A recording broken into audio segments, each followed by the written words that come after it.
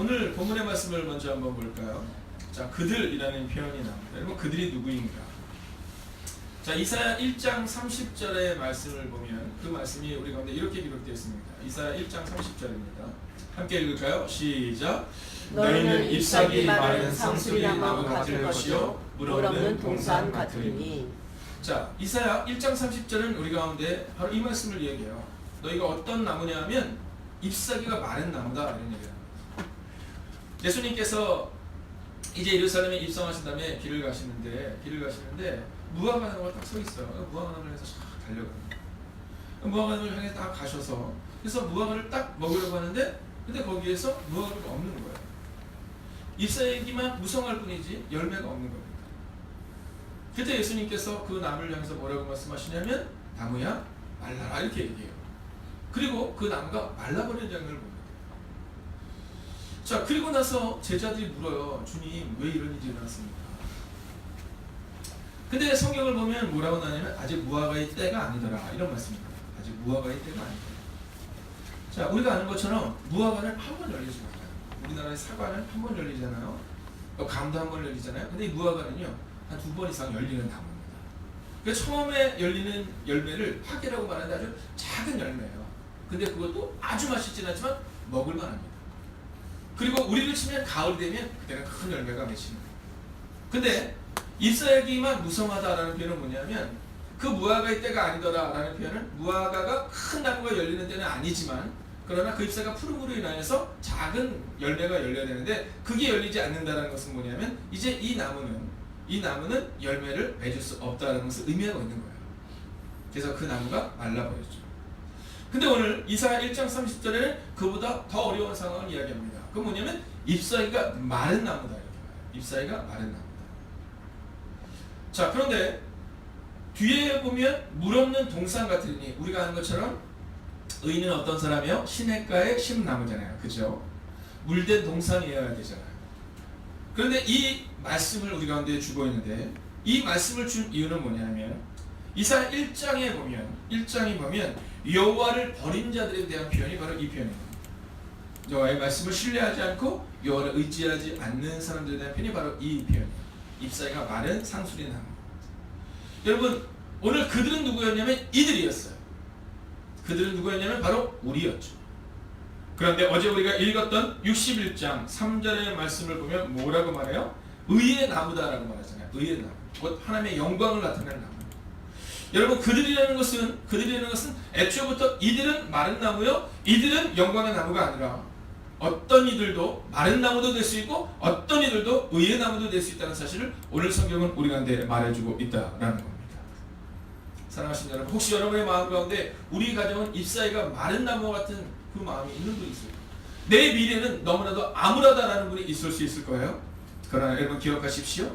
오늘 나오고 있는 그들은 처음에는 잎사귀가 마른 나무들 같았지만 그러나 하나님께서 성령을 주심으로 메시아가 우리 가운데 오심으로 의의 나무, 의의 상수리 나무가 되는 것처럼 잎사귀가 푸르고 열매를 맺는 나무가 된 것처럼 여러분 우리 가운데도 그 은혜가 임할 줄로 믿습니다. 아멘. 여러분 새로운 사람들이 아니라는 거예요. 우리라는 거예요. 우리. 잎사귀가 말랐던 그 사람들이다라는 거죠. 자, 그러면 이 푸른 나무는 어떠한 역사를 일으킬 수 있느냐? 자, 오늘 본문의 말씀을 다시 한번 보여주시면 그들은, 즉 우리는 첫 번째입니다. 황폐했던 것들을 다시 쌓을 것이다 이렇게 말합니다. 황폐했던 것들을 다시 쌓을 것이다. 여러분의 가정 가운데 황폐한 것이 어디입니까? 여러분의 교회 가운데 오랫동안 황폐한 것이 어디입니까? 오늘 의의 푸른 나무와 같은 우리들이 해야 할 일은 황폐한 것을 다시 쌓는 사람들이 되어야 한다라는 거예요. 중학교 올라가면 아이들이 읽는 책 중에 우리가 예전에 고전을 읽었던 책이 이제는 학교에서 필수를 읽게 되는데 나무를 심는 사람들이라는 책입니다. 자, 프랑스에서 나온 작가가 썼고요. 그리고 미국에서 또 작가가 출간된 전 세계적으로 굉장히 유명한 책이죠. 자, 거기서 나오는 주인공이 어느 날 한 산에를 갑니다. 근데 거기가 완전 황폐한 것을 보게 되죠. 근데 거기에 도토리 나무를 심는 사람이 있어요. 네. 내일 집에 종물이 오더라도 나는 사과나무를 심겠다는 것처럼 그 도토리 나무를 심는 사람이 있습니다. 근데 그로부터 오랜 시간이 지난 후 이 작가가 다시 한번 그 마을에 가요. 근데 거기에 황폐했던 그곳에 그 나무들이 숲을 이룬 것을 보게 되는데, 더 놀라운 것은 뭐냐면 아무도 살지 않던 그곳에 수많은 사람들이 모여서 살고 있는 장면을 보게 된다라는 거죠. 여러분, 하나님이 우리 가운데 의의 나무로 우리가 먼저 해야 할 일을 뭐라고 말씀하고 있느냐 하면 황폐했던 것을 다시 쌓는 사람이 되어야 한다라고 말하고 있어요. 성경에 보면 이 황폐했던 곳에 아주 독특한 부분이 나오는 부분이 어디냐면 예루살렘 성읍을 이야기합니다. 자, 이스라엘 백성들이 포로로 잡혀간 다음 이 예루살렘 성읍이 다 무너져요. 자, 다 무너졌는데 오랫동안 황폐한 그곳을 향해 갑자기 어떤 사람의 마음에 감동이 일어나기 시작해요. 자, 그 사람이 누구입니까? 그 사람은 느헤미야예요. 이 느헤미야가 어느 날 이야기를 들어요. 야, 느헤미야 선생님, 지금 선생님은 잘 살고 계시지만 그렇지만 지금 예루살렘에 남아있는 그 수많은 사람들은 황폐했던 성읍 가운데 늘 눈물과 절망 가운데 살고 있습니다. 근데 그때 느헤미야가 뭐를 해요? 기도하기 시작해요. 기도하기 시작해요. 여러분, 얼마나 간절히 기도했는지 얼굴이 수척합니다. 왕이 그 기도하는 느헤미야를 항상 불러요. 야, 느헤미야, 너 무슨 일이 있니? 너 무슨 일이 있니? 여러분, 근데 그때 느헤미야가 이야기하죠. 예, 왕이시여, 제가 가서 예루살렘 성을 재건하고 싶습니다. 여러분, 하나님의 때는요, 이제 내년에도 우리가 성경 파노라마를 통해서 보게 되지만 하나님의 때는 반드시 있습니다. 믿지 않으시는 것 같아서 제가 다시 한번 해볼까요? 하나님의 때는 반드시 있습니다. 아멘. 왜냐하면 느헤미야가 그 얘기를 해요. 제가 가서 저의 고향 예루살렘 성을 재건하셨습니다. 이 얘기는 뭐냐면 목숨을 걸고 하는 행동이었어요. 왜냐하면 그 이전까지는 왕들이 어떻게 했느냐 하면 자기가 무너뜨린 그 나라의 성을 다 무너뜨리는 겁니다. 그리고 누구든지 그 성을 재건하는 자는 역적으로 오는 때였었어요. 그래서 느헤미야가 감히 제가 가서 그 성을 재건하겠습니다라고 말한 것은 제가 왕이여 왕에게 반기를 주겠습니다, 이 얘기를 하는 건 똑같아요. 또한 느헤미야가 그 성을 쌓을 때 대표적인 두 인물이 나오죠. 도비야와 산발라라는 사람입니다. 이 사람들이 계속 그것을 방해해요. 너희는 못한다. 너희가 물자가 어디 있느냐. 너희가 왕에게 대적하려고 하는 것이 아니냐. 너희가 다른 사람들을 어렵게 하는 것이 아니냐. 계속 대적하고 방해합니다. 근데 그 중에 하나가 뭐냐 하면 너희가 왕을 반대하는 것이 아니냐, 이런 얘기. 자, 그럴 정도로 예루살렘 성을 재건한다는 것은 목숨을 거는 거였어요. 근데 여러분, 하나님의 때가 얼마나 중요하냐면 그때로부터 바뀌는 겁니다. 그 시기 왕권이 바뀌면서 그 이전에는 다 무너뜨렸다면 이제는 그 무너뜨렸던 성을 재건해서 그곳에서 세금을 많이 걷어들이겠다는 정책의 변화가 있었던 거예요. 여러분, 바로 이게 하나님의 때예요. 하나님의 때. 만약에 느헤미야가 그로부터 한 30년 전에만 제가 그곳에 가겠습니다, 그러면 그는요 역적으로 벌써 목이 떨어졌습니다. 근데 정책이 바뀌는 그 순간 이제는 무너졌던 성들을 재건하고 거기에 사람들을 잘 살게 해서 세금을 많이 걷어들이게 하는 정책으로 인하여서 그 무너진 성읍이 재건될 수 있었는데 이 모든 것은 하나님의 귀한 섭리 가운데 있었다는 사실입니다. 아멘. 여러분, 오늘 우리 가운데 도저히 이길 수 없을 것 같은 상황이 있잖아요. 아니에요. 하나님이 우리 가운데 반전을 허락하실 것입니다. 그리고 우리는 그 믿음으로 가는 거예요. 황폐했던 것, 여러분, 여러분의 가정에 황폐했던 것, 우리 교회에 황폐했던 것, 여러분의 직장 가운데 황폐했던 것, 여러분, 그 황폐한 것이 살아나는 역사가 일어날 줄로 믿습니다. 아멘. 두 번째입니다. 옛부터 무너진 것을 다시 일으킬 것이며, 이렇게 말해요. 옛부터 무너진 것들을 다시 일으킬 것입니다. 그리고 황폐했던 것들을 세울 뿐만이 아니라 무너졌던 것들을 다시 세운다, 이렇게 말하고 있어요. 그런데 이 느헤미야가 예루살렘 성으로 돌아가서 예루살렘 성을 재건할 때의 모습이 아주 재밌습니다. 예루살렘 성을 재건하는데, 자, 오늘은 여기서부터 여기까지, 내일은 저기부터 저기까지, 자, 모레는 저기 3구역, 그 다음에는 4구역, 5구역, 이렇게 52일 동안 성전 역사를 이루지 않았다는 겁니다. 어떻게 했느냐면 모든 사람이 동시다발적으로 그걸 했다. 모든 사람이 동시다발적. 이번에 제가 교회 이전하는 곳에 내부 인테리어와 외부 인테리어를 하는데, 저는 외부 인테리어를 할 때 이제 방수 공사를 하잖아요. 방수 공사를 하는데 저는 방수 공사를 하면 2명씩 와서 이렇게 한다고 들었어요. 그래서 이게 굉장히 오래 걸리겠구나 이랬는데 오는데 10명에서 15명이 와요. 근데 한꺼번에 그 일들을 하는데요. 어떤 사람들은 앞을 만들고, 어떤 사람은 중간을 만들고, 어떤 사람은 뒤를 칠하고, 어떤 사람은 옆으로 하고, 어떤 사람은 2층 밑에를 내리고, 여러분 10명에서 15명이 있었는데 일순간에 그 일들을 하더라고요. 근데 여러분 재밌는 사실은 뭐냐면 그 건물이 지금 재건되고 있잖아요. 그 건물이 재건되고 워낙 낡았던 곳이잖아요. 근데 그것을 이제 외부 리모델링을 딱 한 겁니다. 안에는 아직 다 하지도 않았어요. 근데 얼마 전에 어떤 일이 있었냐면 부동산에서 자꾸 3군데서 저한테 전화가 왔어요.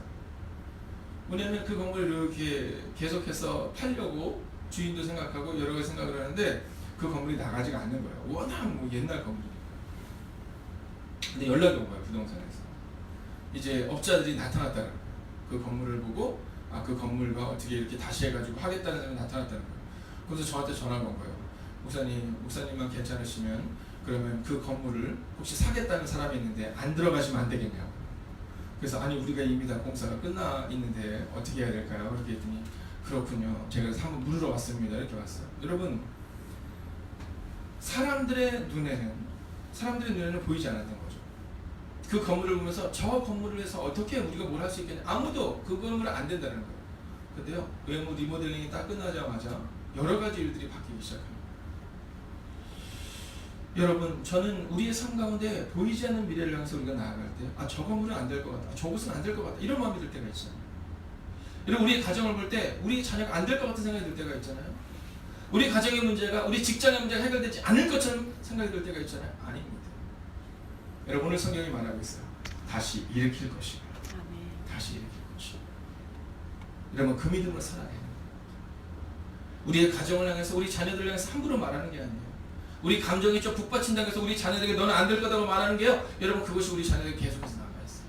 우리는 끝까지 얘기하는 거야. 넌 될 거야. 넌 놀라운 일을 이룰 거야. 그리고 다시 일으켜 세우는 거야. 당신은 할 수 있어. 당신 때문에 내가 있는 거야. 여러분 오늘 믿음으로 여러분에게 선포합니다. 그 무너진 곳을 다시 일으킬 때 한 군데씩 돌아가면서 한 것이 아니라 그곳에 있었던 모든 백성들이 자신이 맡은 구역을 책임지고 52일의 역사를 이루었을 때 그 성이 다시 일으킬 수 있었던 것처럼 여러분 저는 행복이 가득한 교회에 속한 사는 성도들의 가정마다 세워져서 우리 교회가 건강히 서는 그때가 곧 오게 될 줄로 믿습니다. 아멘. 마지막 3번째입니다. 대대로 무너져 있던 것들을 중수할 것이며 라는 것. 자 이게 중요한 이유가 하나가 있습니다. 그것은 뭐냐면 반복적인 실패를 경험하면 그것이 우리 가운데 사실로 익어버리게 된다라는 겁니다. 어렸을 때 읽었던 예화 중에 그런 예화가 있잖아요. 개미와 배짱이 혹시 기억나세요? 개미는 뭐예요? 네, 여름에 노래하잖아요. 네. 근데 왜 이렇게 개미는 늘 바이올린을 켰는지 모르겠어요. 개미는 왠지 바이올린을 켜면서 막 놀았던 그림을 늘 생각하게 돼요.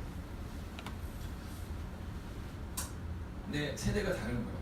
우리 권사님도 개미와 배짱에서 개미 그러면 이렇게 바이올린 켰던 그런 그림 보는 기억이 나세요? 네. 네, 배짱이를 켰죠. 네, 배짱이를 켰어요. 네. 자, 우리 장은희 목사님은 배짱이가 뭘로 킨 걸로 느끼세요? 바이올린이죠. 이 세대가 우리가 같은 거예요. 우리 아영 간사님은 어때요? 배짱이가 뭘 켰어요?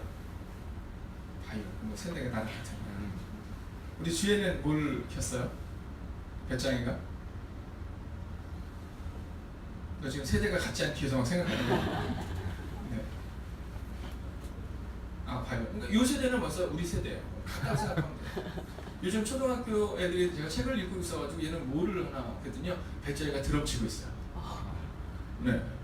배짱이가 일렉 기타를 치고 있더라고요. 그 제가 그걸 보면서 야 이렇게 세대가 다른가? 하나 간사님은 뭘 또 기타야. 야, 주변도 바이올린인데 어디가 기타야. 네, 그럴 수 있죠. 네. 왜냐면 하나 간사님은 예전에 책을 안 본 거예요. 요즘에 이제 학교를 다니면서 책을 받았는데. 네, 저희 때는 하여간 바이올린을 배짱이게 했어요. 감사해요, 권사님. 근데 여러분들은 참 너무 좋으신 분들이세요. 네, 목사가 배짱이를 개미라고 얘기해서 양명수사님 빼고 다 괜찮습니다. 그래서 너무 지금 좋아하고 계세요. 근데 그 장면을 이렇게 보면 아주 재밌는 표현이 나오잖아요. 그것은 뭐냐면 배짱이는 준비하지 않았죠. 개미는 어떻게 해요? 개미를 준비했다라는 거죠. 개미는 준비했다. 준비하는 사람이 있으면 무너진 곳을 중수할 수 있는 겁니다. 여러분 예루살렘 성이 재건될 때, 그 예루살렘 성이 재건될 수 있었던 이유는 느헤미야가 준비되어져 있었기 때문이에요.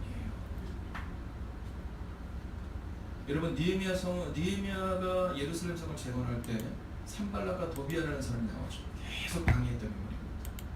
안 된다, 무너질 것이다, 계속 방해해요.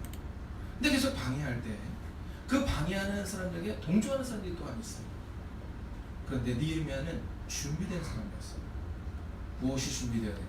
오늘 우리는 결론적으로 그것을 보고 마치려 합니다. 여러분 참 신기한 것은 뭐냐면 우리 마음이 참 연약해요. 그리고 참 신기해요. 뭐가 신기하냐면 사람들의 말에 참 우리가 귀를 기울 때가 있어요. 우리 목사님 진짜 잘생겼지. 그럼 왠지 그 얘기를 들으면 사람들과 있으면 왠지 이렇게 자꾸 단추를 꼭 끼게 돼요. 네. 근데 여러분 신기하게도 우리가 예비군 훈련을 가잖아요. 예비군 훈련을 가면 전도사님들이 한꺼번에 가거든요. 근데 예비군 훈련에 딱 들어가서 전도사님들이 예비군 훈련에 딱 들어가요. 우리 전도사님들 예비군을 학교에서 갔다 왔어요? 네. 학교에서 가면 신학생들 100명이 차를 타고 한꺼번에 갑니다. 그리고 이제 외부에서 한 1000명쯤 와서 한 번에 한 1000명 정도가 받아요. 그럼 그 중에서 100명의 사람들은 딱 티가 나야 되잖아요. 근데 신기하게도 예비군 복만 입으면 다 총 끌고 다녀요. 참 신기하죠. 근데 그곳에 꼭 눈에 띄는 사람이 있어요. 제가 기억나는 얘기 중에 하나는 뭐냐면 저희 교회 청년 중에 한 명이 이제 훈련소, 그러니까 지금으로 치면 예비군 훈련을 하는 데가 아니라 이제 예비군들이 와서 훈련을 받는 그곳에서 일했던 친구가 그 친구가 이런 얘기하더라고요. 장로교 신학대학교 학생들이 예비군 훈련을 받는 그 곳에서 일을 했던 친구가 이런 얘기를 하더라고요. 목사님, 신학생들이 요즘 달라요. 그래서 뭐가 다르니 했더니 태가 납니다. 네, 막 사람들 그냥 막 총 끌고 다닐 때 다 비슷한 것 같은데 그 중에서 눈에 띄는 사람들이 있대요.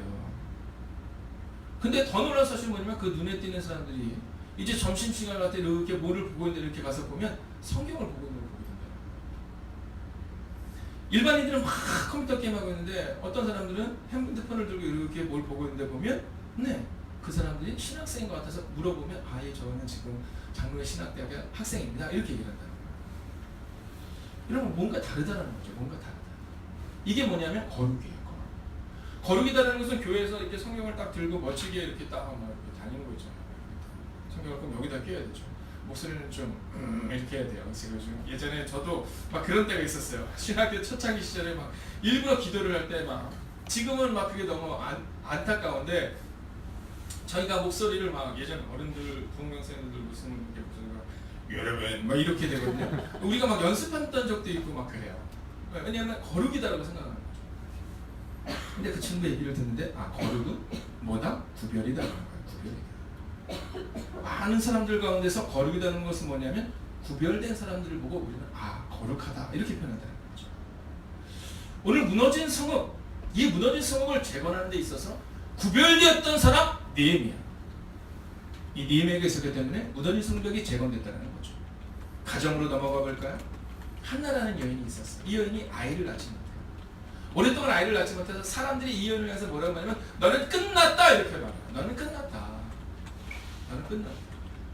근데 이 여인이 뭐예요? 기도하기 시작하죠.